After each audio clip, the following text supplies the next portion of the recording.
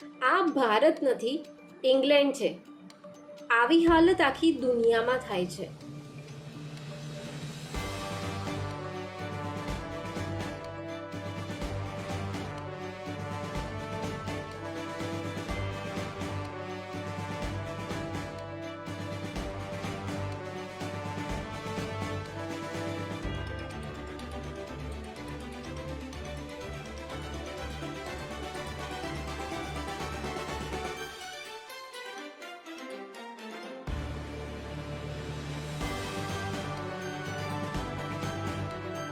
શું સાચું નથી કે આપણે ભારતીયો હવે સહનશક્તિ ગુમાવીને નબળા બની ગયા છીએ? આ ભારત નથી, ઇંગ્લેન્ડ છે. આવી હાલત આખી દુનિયામાં થાય છે.